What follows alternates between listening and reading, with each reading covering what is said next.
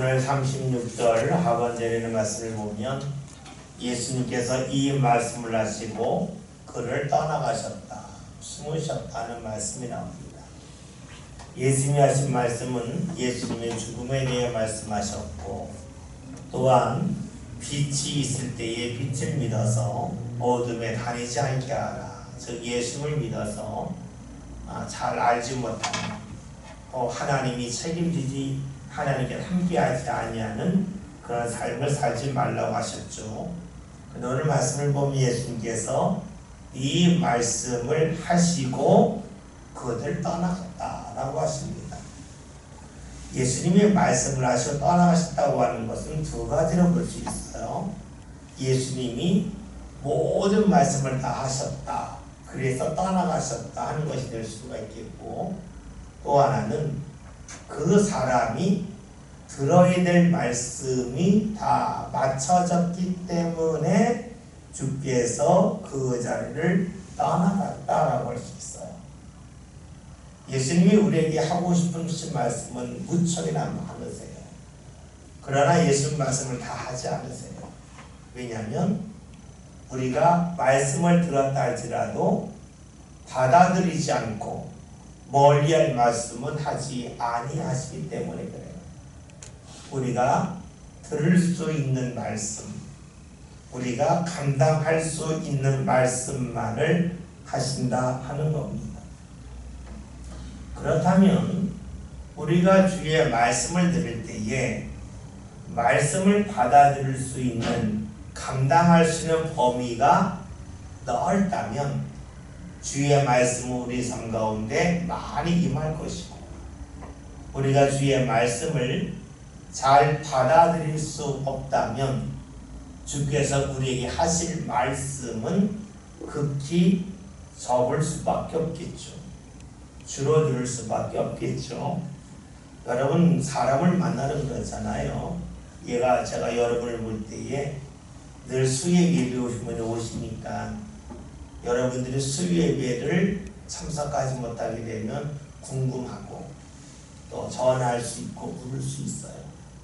그런데 1년 내내 수요 예배를 한 번도 안 나오신 분이 있다면 그분이 수요 예배 안 났다고 해서 궁금할까요? 궁금하지 않겠죠. 또 어디를 이제 갈 때에 목사님 저 어디 갑니다, 잘 다녀오겠습니다 말씀하시는 분이 있어요. 그러면 그분이 어디를 갔다 하더라도 잘 오시면 좋겠다는 마음을 갖고 기도하게 되고, 또 때로는 그분이 눈에 보이지 않아도 그러려니 어디 가셨으니까 괜찮겠다는 마음을 갖겠죠. 근데 연락이 없이 안 오고 그러면 전화했을 때 상대가 무안하죠. 그럼 어떻게 돼요? 안 오면 안 오나 보다, 그렇게 되는 거예요. 하고 싶은 말이 많지만 상대가 무안할 것 같으면 말할 수 없다는 거죠. 다시 봅시다. 주님께서 우리에게 말씀을 하시는데 우리가 받아들일 수 있는 범위에서만 말씀을 하세요. 다시 말하면 우리의 믿음의 정도에 따라서 주께서 주시는 말씀의 범위가 달라지고 양이 달라지고 깊이가 달라집니다. 그러면 물을 것이 있어요. 하나님의 은혜는 무엇을 통하여 임하는가 하는 거예요. 바로 주의 말씀을 통해서 임해요. 그렇다면 우리가 주의 은혜를 풍요롭게 받으려면 주의 말씀이 넘쳐나야 돼요. 주의 말씀이 임하지 않는다는 것은 주의 복이 떠나갔다라고 볼 수가 있어요. 우리가 잘 아는 사무엘상 3장에 있는 말씀을 보면 여호와의 말씀이 희귀하여 이상이 보이지 않았다. 그리고 그 다음 장 또 다다음 장을 보면 이스라엘이 블레셋과 전쟁할 때에 법궤를 가져갔지만 어떻게 돼요? 그 법궤를 빼앗기고, 법궤를 빼앗겼다는 소식을 듣고 엘리가 뒤로 넘어져 죽죠. 그리고 그 엘리의 그 며느리가 아이를 낳는데 그의 아이의 이름을 이가봇이라고 정해요. 하나님의 영광이 떠나갔다는 거예요. 뭐가 이랬어요? 말씀이 시기할 때에 결국은 하나님의 영광이 떠나가는 거예요. 그러면 말씀이 언제 넘칠까요? 말씀을 받아들일 수 있는 사람에게 말씀이 넘치는 거고, 말씀을 받아들이지 못하는 사람에게는 주의 말씀이 줄어들 수밖에 없고 희귀할 수밖에 없습니다. 그래서 우리가 신앙생활에 중요한 것은 말씀을 받아들일 수 있는 그러한 삶을 사는 게 중요해요. 말씀을 받아들일 수 있는 사람, 그래서 말씀을 많이 들을 수 있는 사람이 되는 것이 신앙의 복입니다. 말씀을 많이 받아들일 수 있다고 하는 것은 어떤 말씀을 듣는다 할지라도 그 말씀에 분노하지 않고 그 말씀이 자신을 사랑하기 때문에 주신 말씀이라고 믿어야만 그 사람에게 말씀이 넘치겠죠. 말씀을 듣고 분노합니다. 그러면 여러분 어떠할까요? 사람끼리 이야기할 때도 자신이 이야기하는데 상대가 말을 했다. 그건 말하기가 싫잖아요. 하나님도 역시 그러하시겠죠. 그래서 우리가 주의 말씀을 잘 받아들일 수 있는 그런 훈련이 필요합니다. 이것을 또 다른 말로 하면 우리가 신앙의 감각을 키우는 것이 중요하다고 볼 수 있어요. 왜 감각이라고 말하냐면 여러분 감각은 생각하지 않아도 우리가 반응하는 거기 때문에 그래요. 우리가 뜨거운 걸 만졌을 때에 뜨겁다 생각하고 나서 손을 놓지 않잖아요. 만지는 순간 뜨거운 딱 놓죠. 생각하지도 않은 가운데서 반응하는 말이에요. 그게 왜? 그게 감각이에요. 우리가 주의 말씀을 들을 때에 주의 말씀을 감각적으로 순종하고 따를 수 있는 그런 사람이 된다면 우리 삶 가운데 주의 말씀은 넘칠 수밖에 없어요. 내 감각이라고 하는 것은 타고날 수 있겠지만 감각이 예민해지는 것은 반복을 통해서 그렇습니다. 여러분 우리가 그 테니스장에 보면 이렇게 네트가 있잖아요. 양쪽은 높고 좀 낮아요. 근데 우리는 테니스를 거의 안 치고 태생을 본 적이 없기 때문에 그 높이가 조금 낮아져도 몰라요. 선수들은 매일 테니스를 치는 선수들은 1cm만 낮아져도 알아요. 자주 치기 때문에 자주 보기 때문에 감각적으로 알아요. 무엇을 말할까요? 신앙의 감각은 내가 주님을 자주 만나는 가운데 예민해지는 것이지 선천적으로 타고나서 예민한 것은 아니라는 것이에요. 그래서 우리가 신앙의 감각을 키워야 주의 말씀을 받아들일 수가 있고 주의 말씀을 받아들여야 주의 은혜가 넘친다고 그랬잖아요.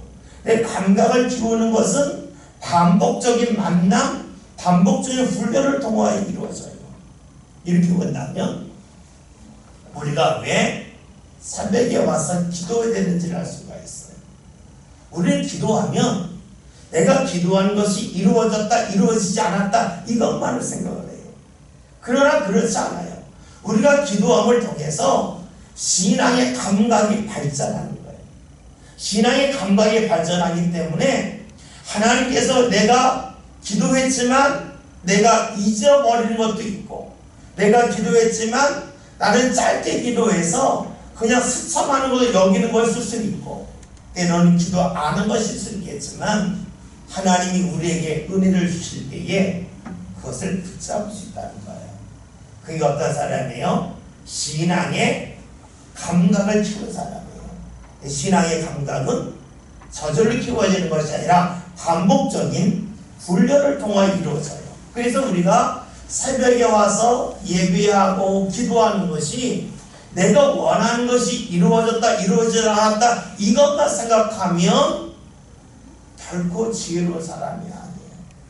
우리가 주님을 만남을 통해서 신앙의 감각이 키워지고 주의 은혜를 풍성히 받을 수 있다는 것을 우리가 알고, 그리고 그러기에 그런 일에 열심을 내는 것이 중요하겠죠. 우리가 교회에서 해야 되는 게 무엇일까요? 그것은 신앙의 감각을 높이는 거예요. 신앙의 감각을 높인다고 하는 것은 다른 말로 하면 하나님께서 좋아하시는 일이 무엇인지에 대하여서 우리가 더 많이 알아가는 거예요. 이것이 발달되면 어떻게 될까요? 우리가 누구에게 인정받고 또 내 삶 가운데서 무언가 더 많이 가졌으면 그 욕심에서 벗어날 수 있습니다. 왜냐하면 감각이 발전하면 나도 모르게 그것을 멀리하기 때문이죠. 오늘 말씀을 보면 예수님께서 이 말씀을 마치시고 말씀을 하시고 그들을 떠나가셨다. 그들이 받아줄 수 있는 범위에서만 말씀을 전하셨다는 거예요. 그 말씀이 많지가 않았겠죠. 어떻게 할 수 있냐? 그 다음에는 말씀을 봤더니 숨으셨다라는 말씀까지 나와요. 예수님이 숨으셨다는 거예요. 왜 숨으셨냐? 말씀을 들은 이들이 말씀을 믿음으로 받아들이고 따른 것이 아니라 예수님을 향하여 분노하고 예수님을 해하려 있기 때문입니다. 그럼 우리는 예수님이 두려워서 숨으시는 건가? 라고 물을 수 있어요. 근데 그렇지는 않아요. 예수님이 숨으신 이유는 죽음이 들어오는 것이 아니라 하나님이 원하시는 때에 죽어야 하기 때문에 그래요. 하나님의 때를 맞추기 위해서 예수님은 숨는 일까지도 하셨다는 거예요. 비겁해 보이잖아요. 우리 요한복음을 보면 예수님이 숨으셨다는 말씀이 몇 번이 나와요. 무엇을 말하냐면 예수님은 하나님의 때를 맞추기 위해서 그냥 말로 하면 자존심이 구겨지는 일을 마다하지 않는 거예요. 여러분 그렇잖아요. 나 죽음 무섭지 않다 하고 가면 멋있잖아요. 그런데 나 죽음 무서워 하고 도망가면 비겁해 보이잖아요. 근데 예수님은 죽음이 무서운 게 아니라 하나님의 때를 맞추기 위해서 사람들이 볼 때는 비겁해 보이는 일도 마다하지 아니하셨습니다. 철저하게 하나님 앞에 순종했기 때문이죠. 그러면 우리는 신앙이 무엇인지를 알 수 있어요. 신앙은 두려움의 자리를 향하여 나아가는 것도 되겠지만 때로는 비겁해 보여도 뒤로 물러설 줄 아는 것을 마다하지 않는 것이 신앙이라고 볼 수 있어요. 우리가 힘이 없어질 때도 있지만 때로는 져줄 때도 있죠. 져줄 때도 있어요. 자존심을 꺾고 져줄 때가 있어요. 왜요? 주께서 원하시면 해치는 거 괜찮다. 이것이 신앙이라는 거죠. 37절에는 말씀을 봅니다. 다 같이 봅니다. 이렇게 많은 표적을 그들 앞에서 행하셨으나 그를 믿지 아니하니. 예수님께서 많은 표적을 행하셨지만 사람들이 예수님을 믿지 않았다는 겁니다. 여러분 이 말씀을 그대로 읽으면 우리가 오해 가능성이 있어요. 예수님이 오병이어의 역사를 일으키신 장면이 요한복음 6장에 나옵니다.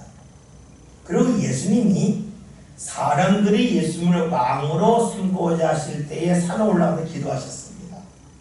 그리고 제자들로 하여금 바다를 건너가게 하셨습니다. 그리고 제자들이 바다를 건너가다가 풍랑을 만날 때 예수님 그들에게 오셔서 배에 오르셨고 풍랑이 잔잔해졌습니다.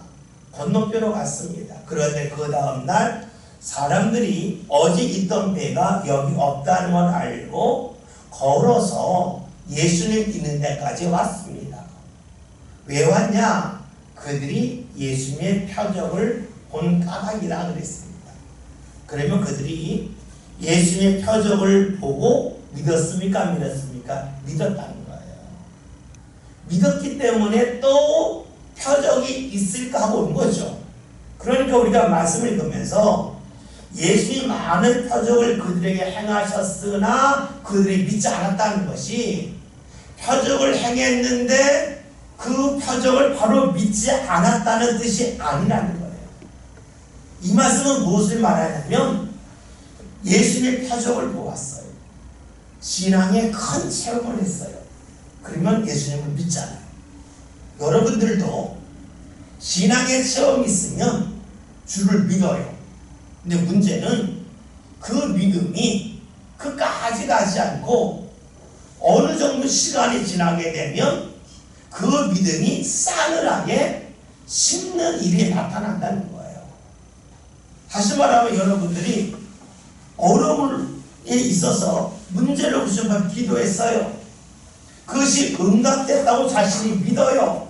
그러면 저는 평생도록 주를 향한 믿음이 결코 흔들리지 않을 거라고 고백을 해요. 그런데 5개월, 6개월 지난 다음에 다른 일이 생기면 자신이 체험한 걸 잊어버리고 주님이 나한테 어떻게 이럴 수 있냐고 하면서 원망을 해요. 어떤 사람이에요? 표적을 보고 믿었으나 그 믿음이 이어지지 않는 사람이에요. 이어지지 않았다고 하는 것은 믿음이 끊어졌다는 것이고 믿음이 없어졌다는 거예요. 오늘 말씀이 그런 말씀이에요. 표적을 행하셨으나 잠시 동안 믿다가 어느 순간에 되었더니 믿지 않았다는 말씀이 표적을 행하셨으나 그들이 믿지 않았다는 말씀이에요. 다시 말하면 이들이 표적을 보았다는 것은 눈에 보이는 변화를 보았다는 거예요. 그것을 우리가 일상적인 용어로 바꾼다면 주의 은혜를 받았는데 자기 삶 가운데 너무나 큰 은혜를 받았다는 것을 표적을 보았다는 것으로 대체해서 읽을 수가 있어요. 큰 은혜를 경험했지만 그 은혜를 통해서 주를 향한 믿음이 일정 기간이 지나면 없어졌다 하는 것을 말합니다. 즉 믿음의 유통기한이 있었다는 것이에요. 예수님 당시 사람들이 예수님의 표적을 보고 믿었지만 얼마 지나지 않아서 그 믿음이 사라졌어요. 왜 그랬을까요? 표적이 삶에 도움이 됐지만 그 표적이 반복적으로 일어나지 않았기 때문이에요. 예수님이 오병의 역사를 날마다 일으키신 것이 아니라 한 번 하시고 안 하셨어요. 다시 봅시다. 예수님이 오병이의 역사를 통해서 배고픔을 해결해 주셨습니다. 날마다 오병의 역사를 일으킨다고 생각해 봅시다. 그러면 사람들이 예수님 때문에 배고픔에서는 벗어나겠죠. 그러나 배부르다고 해서 몸에 병이 안 생기는 건 아니에요. 그러면 그들이 오병의 역사가 매일 일어날 때 주를 향해 믿다가 자신의 몸이 아프다 그러면 어떻게 될까요? 오병이의 역사를 보면서 예수를 믿을까요? 아니면 자신의 몸이 아픈데 왜 안 고쳐주냐고 하면서 주를 향한 믿음이 사라질까요? 믿음이 사라진다는 거예요. 다시 볼까요? 오병이의 역사 일으켜서 먹을 거 해결해 주셨습니다. 병 고쳐주셨습니다. 그렇다고 해서 자녀들 때문에 속 안 상할까요? 속상한 일 있죠? 그러면 또 어떻게 돼요? 주님이 살아계시다면 왜 내 자녀들이 이토록 속색이고 변화되지 않습니까? 하면서 주를 향해 또 원망할 거예요. 무엇을 말하냐면 사람들은 표정을 통해서 자신이 원하는 욕망을 계속해서 채워가고자 합니다. 오늘 우리들도 그러하다는 것입니다. 예수 당시의 사람들이 표적을 보고 믿었으나 얼마 지나지 않아서 표적으로 해결된 문제 말고 다른 문제가 발생했을 때에 예수님을 향하여 등을 돌렸어요. 그 대표적인 사람이 요한복음 5장에 나와 있는 베데스다 연못가에서 주님에게 고침을 받은 사람이에요. 38년 된 병자가 고침을 받았죠. 주님을 얼마나 찬양했겠어요? 그러나 얼마 지나지 않아 유대인들이 너 어떻게 고침 받았냐 할 때에 예수가 그렇게 했다 하면서 예수님에게 모든 책임을 떠넘겨요. 어떻게 됩니까? 다른 욕망이 생긴 거예요. 몸이 아플 때에는 몸이 나으면 된다고 하는 그 욕망이 있었는데 그 욕망이 해결된 다음에는 그 욕망이 다 채워진 다음에는 세상에서 인정받고 싶은 욕망이 있었어요. 여러분 이렇게 본다면 오늘 우리들의 모습을 요한복음에서 그대로 볼 수가 있어요. 많은 표적을 행하셨으나 믿지 않았다는 이 말씀은 큰 은혜를 경험했지만 자신의 삶 가운데 일정 기간을 지나서 다른 문제가 발생했을 때에 주를 믿지 않았다는 말씀인데 그 말씀이 요한복음에 나와 있는 유대인들의 모습이기도 하지만 오늘 우리들의 모습이기도 하다는 것입니다. 그런데 생각해 봅시다. 표적을 끝까지 찾는 사람이 있어요. 표적이 있어야 믿는 사람이 있어요. 또 다른 말로 하면 자신이 원하는 것이 이루어져야 주를 믿는 사람이 있습니다. 그런 사람은 어떤 사람일까요? 믿기는 믿지만 늘 같은 자리에 있는 사람이에요. 믿음의 성장이 전혀 나타나지 않는 사람이에요. 우리가 살아가는 히브리서 11장 1절에 믿음은 바라는 것들의 실상이요 보이지 않는 것의 증거라 그랬어요. 무엇이 믿음이에요? 보이지 않아도 나는 괜찮다는 거예요. 보이지 않는다고 하는 것은 내가 원하는 것을 보지 못했다 할지라도 나는 믿는다는 거예요. 왜요? 과거에 보았던 표적, 다시 말하면 내 삶 가운데 임했던 충분한 그 은혜를 자신이 늘 기억하고 있기 때문에 자신이 원하는 것이 이루어지지 않아도 주를 향한 믿음이 식어지지 않는 것을 말하는 겁니다. 늘 보아야만 믿는 사람이 있어요. 그 어떤 사람이에요? 보지 않으면 믿지 못하는 사람이에요. 보지 않으면 불안한 사람이에요. 여러분 믿음은 보이지 않아도 불안하지 않는 거예요. 만약에 보아야만 믿을 수 있고 보아야만 불안하지 않다면 그 사람은 천국 안 믿는 거예요. 천국 눈에 안 보이잖아요. 천국 본 사람 없잖아요. 그런데 자신은 눈에 안 보이면 불안하다 하면 천국 못 가는 거죠. 안 보여도 믿는 거예요. 그건 뭐를 통해서요? 표적을 통해서. 다른 말로 하면 자신의 삶 가운데 이거는 정말로 하나님 하신 일이라고 믿는 큰 은혜를 계속해서 기억하고 그것 때문에 내가 생각하지 못한 부분에서도 하나님이 역사하신다는 믿음을 갖는 사람이 진짜 믿음의 사람이 되겠죠.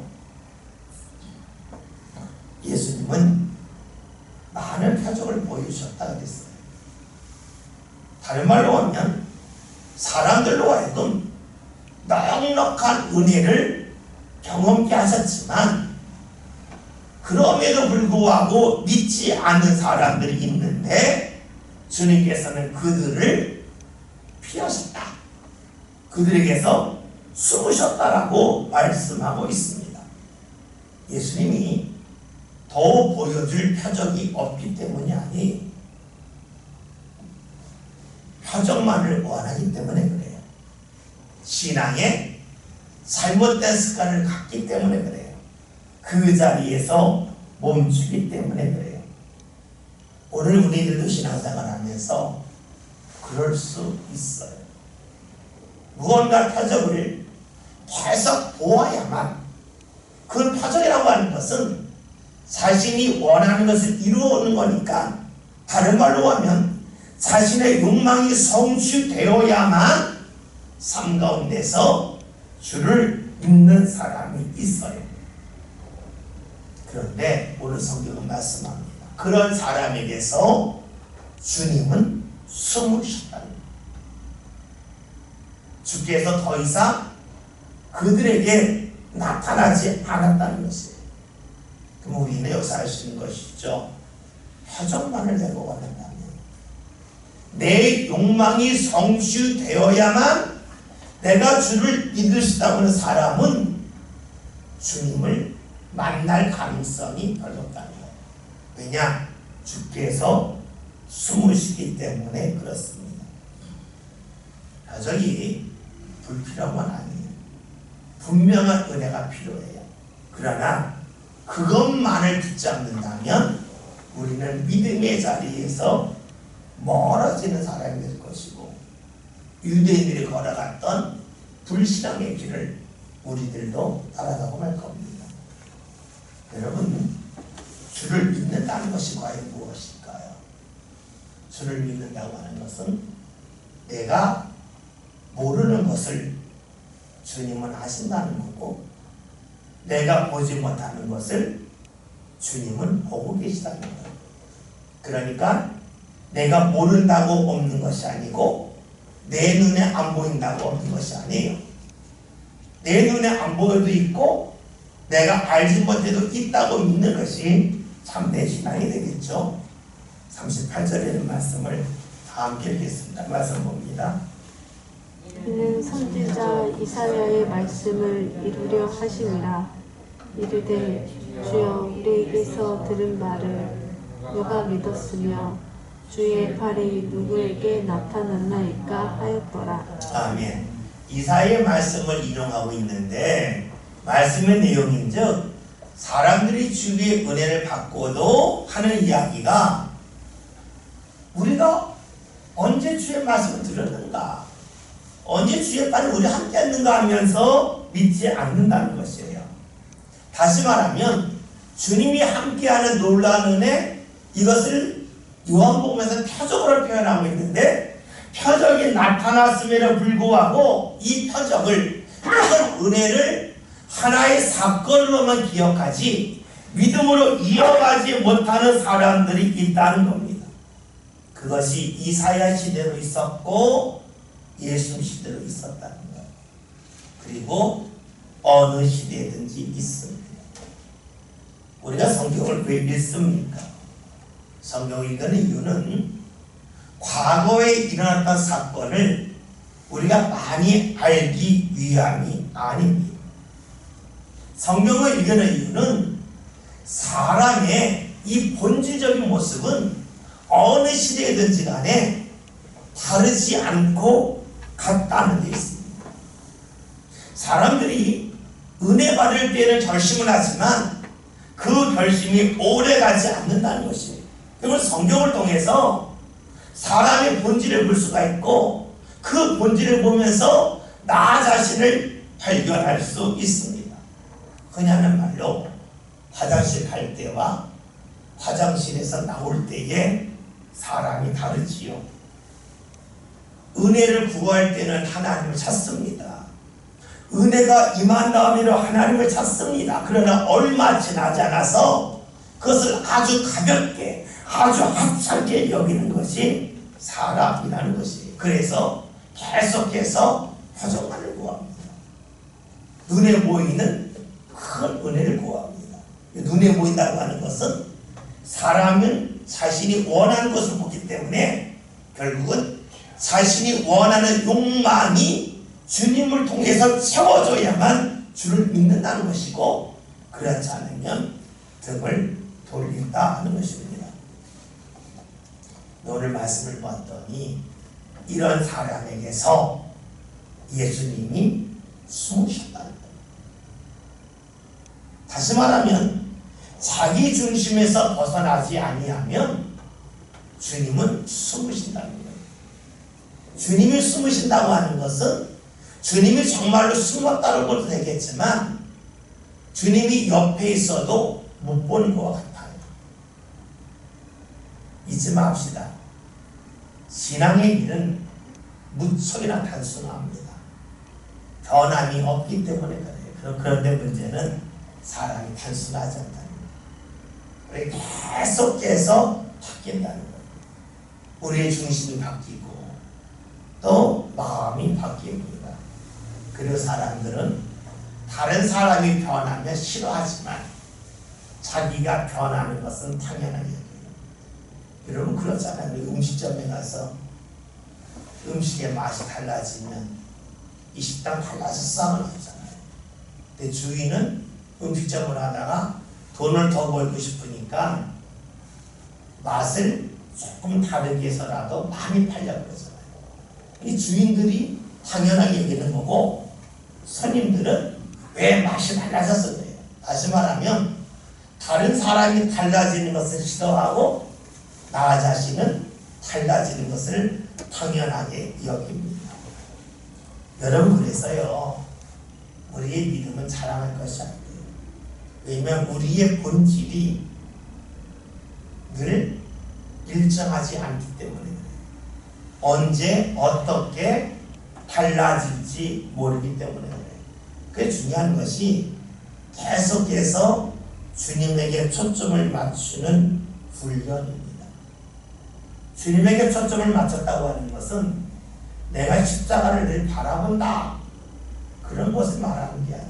사실 우리가 신앙생활 할 때에 자주 사용하는 언어이지만 어려운 게 그래. 주님을 바라보자. 그런데 다 아멘 하잖아요. 물어봐요. 주님을 바라보는 게 뭐예요? 그러면 답을 못해요. 그러면 이상하잖아요. 아멘을 했는데 자신도 모르는데 아멘한 거잖아요. 여러분 주님을 바라본다면 간단해요. 그냥 어떤 십자가를 바라본다 그런 것도 되겠지만 주님이 자신을 사랑하고 주께서 자신을 좋은 길로 인도하신다는 것을 잊지 않고 믿는 거예요. 그게 주를 바라보는 거예요. 주님이 날 사랑하시잖아요. 그렇기 때문에 좋은 길로 인도하신다는 믿음이에요. 그것이 주를 바라보는 것, 주님의 마음을 바라보는 것이고 나를 향한 주의 뜻을 바라보는 거예요. 우리가 주를 바라보자 할 때에 너무 어려워요. 십자가 뭐나 교회 뭐나 성경책 보면 되나 그게 아니라 주께서 나를 사랑하시고 나를 좋은 길로 인도하시는 주의 마음을 보는 거예요. 그렇기 때문에 지금 나에게 힘든 일이 있어도 사랑하시는데 왜 힘든 일을 허락하셨을까? 더 좋은 길로 인도하기 위함이지. 이것이 주를 바라보는 것이라고 말할 수 있습니다.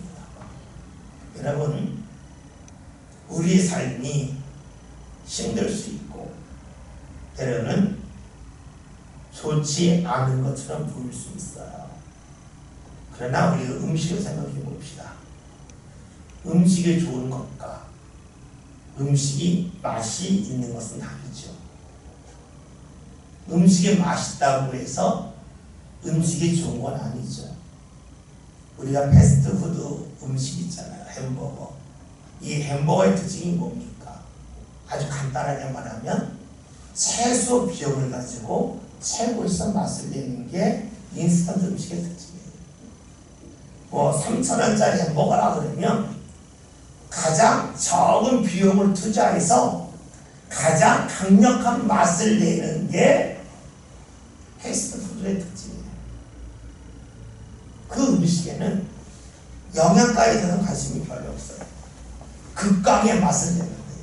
그래서 사람들로 하여금 야 내가 돈을 3,000원을 냈는데 이런 맛을 보았네 하는 것을 느끼게 하는 것이지, 내가 3,000원을 냈는데 이렇게 영양가 있는 걸 먹었네 하는 데 관심이 없어요. 그냥 맛만 해요. 맛만. 그러니까 어떻게 돼요? 그 음식을 계속 먹으면 맛은 좋은 것 같은데 나중에 몸이 다 상하죠. 왜냐하면 그 음식에는 맛을 내는 데만 초점을 맞추지 영양가에 초점을 맞추지 않아요.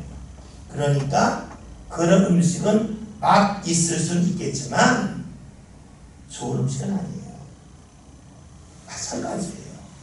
주께서 우리를 인도하시는 것은 패스트푸드처럼 극강의 맛을 주는 그런 인도함이 아니에요. 건강하게 우리를 이끄시는 게 주의 역사예요. 근데 우리는 자꾸만 신앙생활을 하면서 패스트푸드의 햄버거를 자꾸 생각해요. 극강의 맛. 내가 이만큼 주님 앞에 함을 통해서 최고의 맛을 얻겠다는데 그것은 건강한 상황이 아니에요. 건강한 음식이 있고 맛있는 음식이 있는데 우리에게 중요한 것은 건강한 음식. 주께서 우리를 그렇게 인도하신다는 거죠. 말씀 봅시다. 39절 40절 다 함께 봅니다. 그들이 능히 믿지 못한 것은 이 때문이니 곧 이사야가 다시 일었으되 그들의 눈을 멀게 하시고 그들의 마음을 망하게 하셨으니 이는 그들로 눈으로 보고 마음으로 깨닫고 돌이켜 내게 고침을 받지 못하게 하려니라 하였습니다. 아멘. 우리가 성경을 읽을 때에 늘 조심해서 읽어야 될 게 이런 부분이에요. 하나님께서 그들의 마음을 완곡케 하셨다. 눈을 멀게 하셨다. 그래서 그들이 믿지 않았다. 그러니까 믿지 않는 것은 하나님의 책임이다. 이렇게 읽을 수가 있어요. 생각해 봅시다. 여러분 팔이 있어요. 팔을 가지고 여러분들이 지금 유연하게 여러 가지 경우 돌릴 수도 있고 할 수가 있죠. 그런데 여러분이 팔이 유연해지려면 어떻게 될까요? 계속해서 팔을 움직이는 훈련을 해야 돼요. 그러면 팔이 예전에 닿지 않았던 부분, 손이 닿지 않았던 부분에 닿을 수가 있어요. 그런데 여러분이 그렇게 하지 않아도 누군가 여러분을 확 꺾으면 거기 닿습니다. 그렇죠? 팔을 확 꺾으면 닿아요. 근데 문제는 뭐냐면 닿진다는 데 있어요. 팔이 닿게끔 우리가 도구를 사용하고 훈련하는 건 좋겠지만 거기 닿게끔 하고 팔을 확 꺾으면 그것은 그 사람을 해치게 돼요. 주님께서 우리로 하여금 억지로 믿게 할 수도 있어요. 근데 그렇게 안 하신다는 거예요. 그러면은 다친다는 거예요. 다친다는 거예요. 그러니까 주께서 왜 눈을 멀게 하셨을까? 눈을 뜨면 그 사람에게 안 좋기 때문입니다. 우리가 코로나 걸린다, 이 코로나가 유행한 다음부터 손 소독제를 가지고 손 씻는 게 아주 거의 습관화가 되지, 상관화가 되잖아요. 왜 그러냐? 우리가 코로나가 전염된 이유 중에 하나가 손을 가지고 눈을 비비고 손을 가지고 입에 넣기 때문에 이걸 통해서 우리가 코로나가 전염된다고 그랬잖아요. 그러니까 손 씻기를 깨끗이만 해도 우리가 코로나 걸릴 위험이 크게 줄어든다고 그랬어요. 모든 전염병도 그렇죠. 손을 깨끗이 씻음을 통해서 그 병균이 우리 몸에 들어오는 것이 줄어들잖아요. 다시 봅시다. 손을 가지고 눈을 대려면 손이 깨끗해야죠. 그런데 손이 더러우면 손이 눈앞으로 올 때에 눈을 감고 이 손이 눈이 닿는 것이 안 좋은 거예요. 다시 말하면 눈을 멀게 한 이유가 있다는 거예요. 눈을 멀지 않으면 오히려 그것이 그들에게 독이 되기 때문에 그래요. 마음이 완고해졌다고 하는 것은 잘못된 상황에서 말씀을 받아들이거나 말씀 중에서 일부 자기에게 필요한 말씀만을 끌어당긴다면 오히려 말씀을 안 듣는 것이 낫다는 거예요. 그러니까 주께서 어떻게 해요? 말씀을 안 듣는 것이 낫기 때문에, 그들의 눈이 감기는 것이 낫기 때문에 그대로 내버려 두셨다고 하는 말씀이 오늘 주님께서 눈을 멀게 하시고 완곡케 하셨다는 거예요. 그렇잖아요. 은혜는 받을 만한 사람이 받아야지. 은혜를 받을 자격이 없는 사람, 은혜를 감당하지 못할 사람이 은혜를 받으면 문제가 되죠. 그렇잖아요. 국가의 지도자를 뽑을 때에도 어느 정도 자격이 있는 사람이 국가의 지도자가 돼야지, 자격이 없는 사람이 국가의 지도자가 되면 국가가 엉망이 되겠죠. 마찬가지로 주의 은혜도 역시 그러하다는 것이에요. 하나님은 하실 수 있어요. 그러나 그것을 행하셨을 때에 그 사람에게 오히려 도움이 되지 않고 해가 될 거라고 여기면 그 사람이 안 받는 게 낫다는 것이에요. 주님의 능력이 부족하기 때문이 아니에요. 그 사람이 다칠까 봐 그래요. 그 사람이 다음번에 회복하기 어려움을 아시기 때문에 주님께서 미리 닫을 걸 닫고 막을 걸 막아주신다는 것입니다. 여러분, 그렇다면 이렇게 하실 때에 주님의 마음이 어떠하실까 하는 거예요. 안타깝겠죠. 생각해 보세요. 여러분의 자녀가, 그런 있으면 안 좋겠지만 병원에서 수술 앞두고 물을 먹지 말라 그랬어요. 그런데 아이가 막 물을 달라 그래요. 물을 원해요. 근데 물을 주면 안 돼요. 그러면 여러분이 아이가 운다고 물 주겠어요? 안 주죠. 그러나 안 주면서 기쁠까? 마음이 아프잖아요. 하나님께서 우리에게 왜 눈을 가리우고 마음을 완곡케 하셨을까?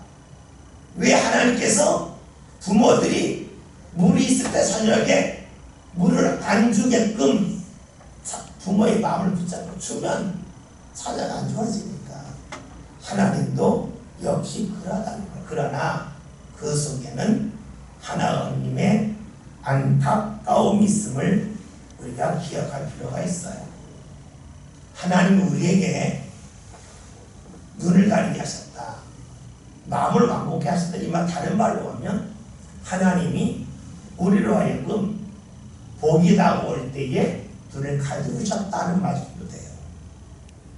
그럼 하나님이 얼마나 안타깝겠어요. 이 사람 복을 받아야 되는데, 이 사람 은혜를 받아야 되는데, 그런데 수술을 앞둔 자녀가 물을 먹으면 안 되듯이, 물을 원하지만 물을 먹으면 안 되듯이, 우리가 복을 원하고 은혜를 원한다 할지라도 그것을 우리가 감당할 수 없으면 하나님이 안 주신다는 거죠. 그러나 하나님은 무척이나 안타깝다 하는 것을 알 수가 있습니다. 또 하나 우리가 생각할 것이 있어요. 하나님은 은혜를 주실 때에 감당할 만한 자에게 주신다 그랬습니다. 그런데 하나님 주신 은혜와 복은 결코 하나에서 끝나지 않습니다. 하나님의 역사는 하나가 아니라는 거예요. 여러분 생각해 보세요. 우리가 신앙의 공동체, 교회가 있잖아요. 근데 교회마다 그 교회에 흐르는 신앙의 전통이 있어요.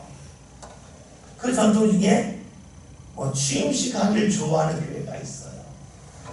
장로 취임식한다, 권사 취임식한다, 그런 것을 좋아하는 교회가 있어요. 여러분, 그런 거를 했다 하면 그것만 할까요? 그걸 좋아하는 교회는